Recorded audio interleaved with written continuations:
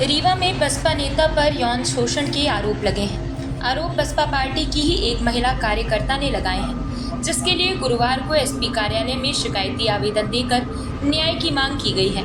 महिला ने शिकायती आवेदन में लिखा है कि बसपा नेता पंकज पटेल पिता राजकुमार पटेल निवासी ग्राम सुमेदा ने मुझे शादी का झांसा दिया। शादी का झांसा देकर मेरे साथ 2018 से लगातार यौन शोषण करते रहे, फिर शादी की बात करने पर मुकर गए। मुझे और मेरे परिवार को डराने धमकाने लगे।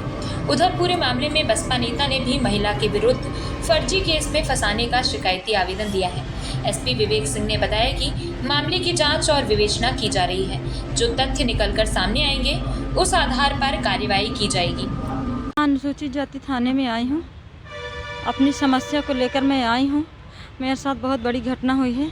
बहुजन समाज पार्टी के विधानसभा सिमरिया की 3 बार के प्रत्याशी रहे पंकज पटेल वर्तमान में प्रदेश प्रभारी हैं। उन्होंने मेरे साथ 6 सालों तक पति पत्नी की तरह रिश्ता बनाया और अब मुझे वो मारने की धमकी दे रहे हैं। मुझे बहुत परेशान करते हैं।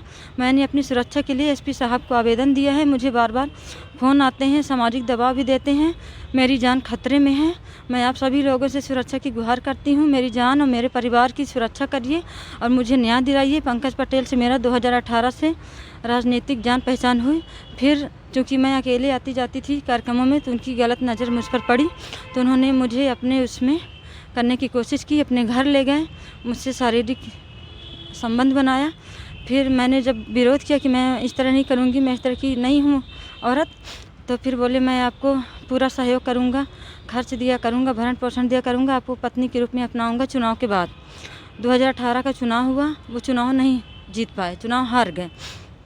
फिर जब मैं बोलने लगी तो बोले अभी मैं चुनाव हार चुका हूँ, मेरी स्थिति ऐसी नहीं है। इमोशनल मुझ पे दबाव देने लगे कि अभी मेरी स्थिति को समझिए आप, मुझे 2023 में फिर से चुनाव लड़ना है, आप भी सहयोग करिए, हम लोग भी करें। मेरा विधानसभा, मेरा जो गांव है उनकी विधानसभा क्षेत्र में ही आता है, तो मैं भी उनके लिए दिन रात काम करती थी पार्टी में। 2023 के चुनाव में भी मैंने उनके लिए बहुत काम किया, मैं प्रचार प्रसार में भी करती थी। तो उन्होंने बोला 2023 के चुनाव के बाद मैं आपको अपनाऊँगा, अपनी पत्नी को तलाक दूँगा। फिर जब चुनाव हार गए इस बार भी, तो फिर से वही बहाना करने लगे। तो जब मैं उनको दबाव देना, मैंने जनवरी से भी उन पे दबाव देना शुरू कर दिया, तो फिर उन्होंने बोला लोकसभा चुनाव है, पार्टी की बदनामी होगी, लोकसभा चुनाव हो जाए उसके बाद मैं आपसे पूरा वो करूँगा। तो अप्रैल में मैंने पूरी तरह से उनसे बोल दिया था अगर आप मुझे नहीं अपनाएंगे तो मैं आपके घर में और अपने घर में बता दूँगी। तो मुझसे वो दूरियाँ बनाने लगे और फिर पूरी तरह से उन्होंने बात करना भी बंद कर दिया। मैं परेशान हुई। मैंने मई जून तक मैंने पूरी कोशिश की कि शायद समझ जाएंगे। फिर मैं 5 अगस्त 2024 को उनके घर ये अनंतपुर में गई, सुमेधा हाउस, पंकज पटेल के घर गई। मैंने उनकी पत्नी को सारी बातें बताई, उनकी पत्नी स्नेहलता पटेल। जब मैंने उनकी पत्नी को बताया तो उन्होंने बोला कि अभी तक तो ऐसा कुछ नहीं था। उनकी पत्नी को उनके घर के सब लोगों को पता था। मैं उनके साथ में हमेशा आती जाती थी मीटिंग कार्यक्रमों में, सभी जगह। उनके घर भी मैं कई बार गई, अपने गांव भी मुझे अपने कई बार कार्यक्रमों में ले जाए, अपने क्रिसर भी मुझे ले जाते थे। तो उनकी पत्नी ने स्पीकर में पंकज पटेल से बात करवाई। उस दिन वो कटनी भी थे, तो बोली कि वो ऐसा बोल रही हैं, तो वो डायरेक्ट फ़ोन में झूठ बोल दी कि झूठ बोल रही है, मुझ पर झूठा आरोप लगा रही है। मैंने बोला नहीं, ये सही है। फिर जब मेरी और उनकी पत्नी से बात हो रही थी तो उन्होंने बोला मैं अपने पति को खुद तलाक दूंगी और तुम्हारी शादी करवाऊंगी। 20 अगस्त की उन्होंने डेट दी।